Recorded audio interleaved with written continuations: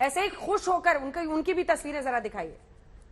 खूब खुश होकर लोग जाते हैं वैसे सुधांशु जी जब आपकी एजेंसियां बुलाती हैं, क्योंकि आपने ये भाव दे दिया है तमाम विपक्षियों में कि ये टारगेट होना। ये देखिए ये नवाब मलिक के भाव थे, ये भी अब जेल में ही है इतने दिनों से।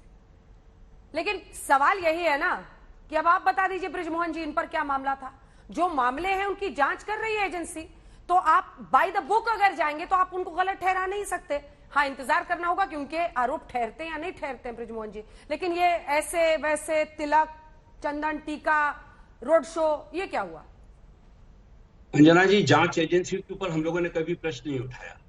हम लोगों ने उनके पक्षपात की नीतियों पे उंगली उठाई है। जैसे कि जैसे भ्रष्टाचार तो भारतीय जनता पार्टी के नेता कर रहे हैं इस समय।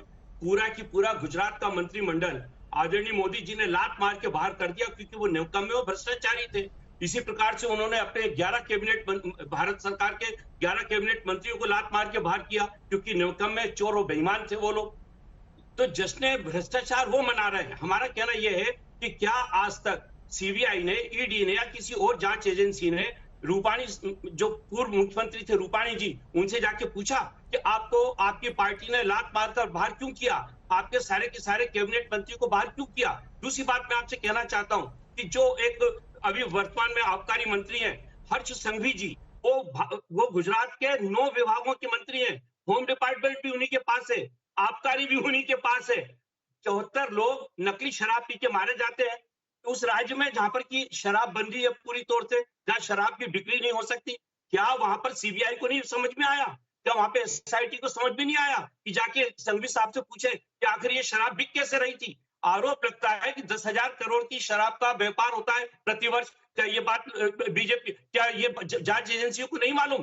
तो हमारा कहना यह है कि बिल्कुल जांच करिए। जिसने ये जांच एजेंसियां हम ही लोगों ने विधानसभा और संसद में बैठ के बनाई है, और पूरी जांच एजेंसियों का अधिकार है इस बात का कि जो भी भ्रष्टाचार की उन तक शिकायत पहुंचे उसमें जांच करें। लेकिन उसमें यह ना करें कि कुछ लोगों के लिए करें और कुछ लोगों के लिए आंखें बंद कर लें। आज मैं आपसे कहता हूं कि किसी भी हालत में अगर आज सीबीआई के डायरेक्टर साहब ये डिक्लेयर कर दें कि हम भारतीय जनता पार्टी के नेताओं के यहाँ छापा मारने वाले, कल उनको लात मार के उनको बाहर कर दिया जाएगा। अगर ना कर दिया जाता बताइए। तो हमारा कहना यह है, राष्ट्रवादी कांग्रेस पार्टी लगातार इस बात को कहती है, हम जांच एजेंसियों का सम्मान करते हैं, हम देश की न्याय व्यवस्था का सम्मान करते हैं, लेकिन जब वो लोग पक्षपात करते हैं तो हमारा ये नैतिक दायित्व है कि हम इस बात पे उंगली उठाएं और इस मुद्दे को जनता के सामने रखें।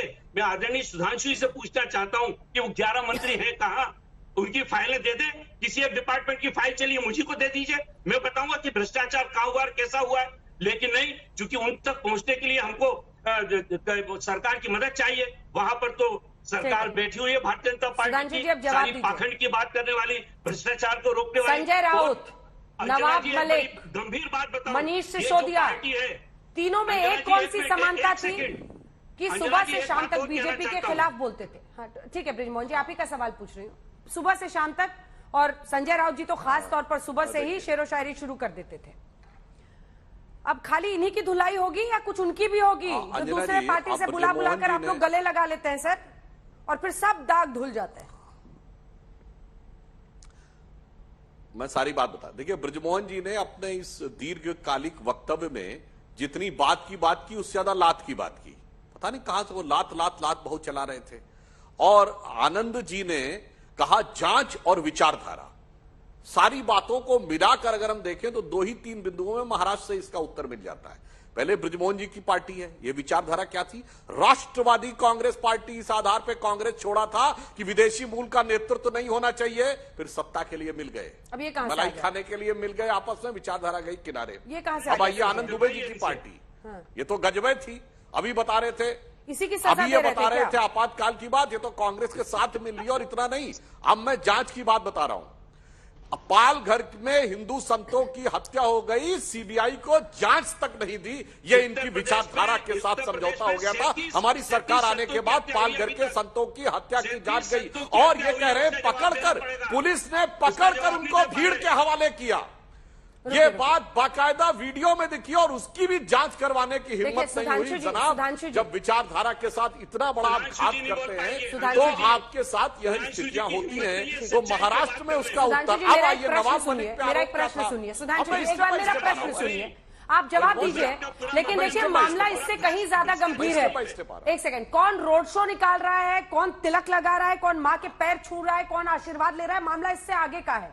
मामला यह है कि क्या सरकार में रहते हुए आप सीबीआई को या एजेंसियों को हथियार की तरह इस्तेमाल कर रहे हैं लोगों को डराने के लिए। जो आपकी तरफ आ जाता है वो साफ सफेद हो जाता है, जो दूसरी तरफ बोलता रहता है वो जेल की सलाखों के पीछे होता है।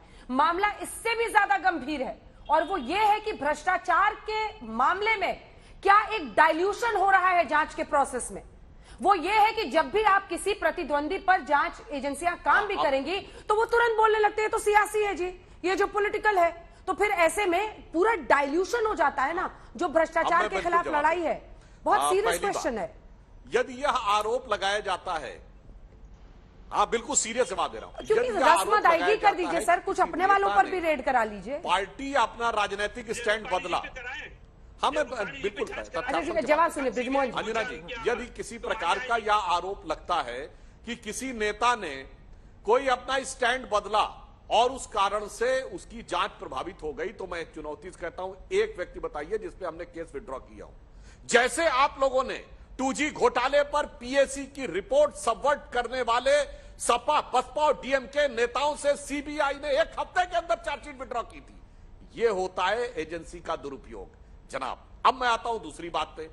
जहां तक इनका यह कहना है कि एजेंसी ने पकड़ा और गलत पकड़ा, तो न्यायालय पे आपको भरोसा होना चाहिए। और मैं हमारे नेताओं पे आरोप की बात है तो मैं याद दिलाना चाहता हूं, कोयला घोटाला, 2G घोटाला, CWG घोटाला कांग्रेस के रिजीम में सरकार ने जांच नहीं करवाई। हम कोर्ट गए थे और कोर्ट ने कहा जांच करिए। आप गए कोर्ट ने मानी कोई बात? इसे कहते हैं हवाई आरोप लगाना।